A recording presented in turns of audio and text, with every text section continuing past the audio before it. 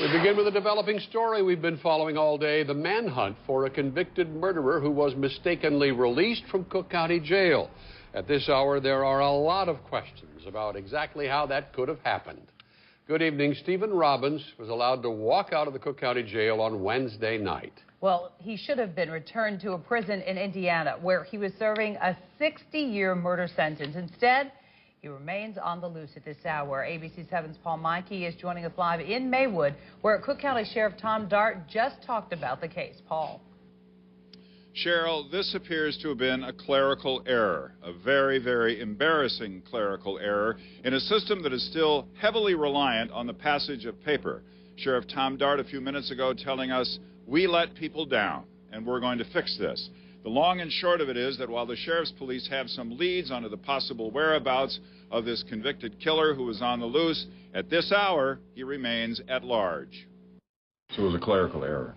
It appears at this point, I hate being definitive right now because, as they say, it's been less than 24 hours since we've been made aware that he was gone, and we spent most of the time looking for him.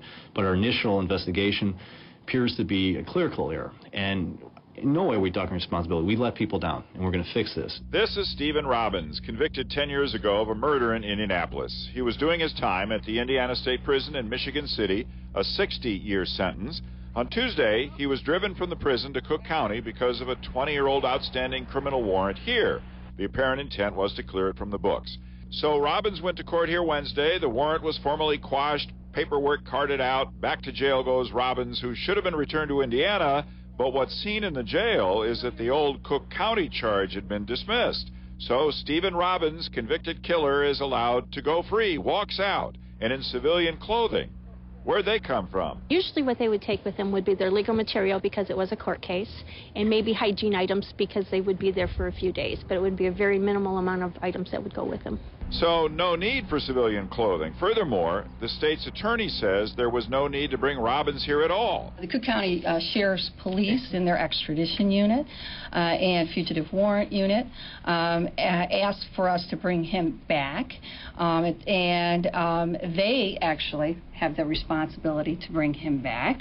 And the several days prior to him being brought here, one of our assistant state's attorneys told the Cook County Sheriff's Police that there was no need to bring him back because the case had been dismissed back in 2007. Because no paperwork had gone to the jail about him coming from Indiana, all the people in the records room saw was a guy whose court case was dismissed. And so he, like another 200 people every day, we release. And he was released like the other 200 we release every day out the front door of the jail. Robbins is considered dangerous. There is some money that's been gathered for a reward. The FBI, Crime Stoppers combining for a $12,000 reward for information as to the possible whereabouts of Mr. Robbins. We do have some more information now about how he got his clothing. The jail actually has some Goodwill clothing, and when people leave the jail, they are set free, and they're in jail garb, they get clothing. And so he was offered clothing by the jail to walk out, and as is tradition, to someone who is not being picked up and has no transportation, he was also given a CTA bus pass with 2 transfers allowed. So presumably he took the bus after he left the jail. Imagine what he must have been thinking as he was told, you can go. Live in Maywood, Paul Meinke, ABC 7 News. Ron, Cheryl, back to you. All right. Thanks, Paul, very much. The thermometer barely reached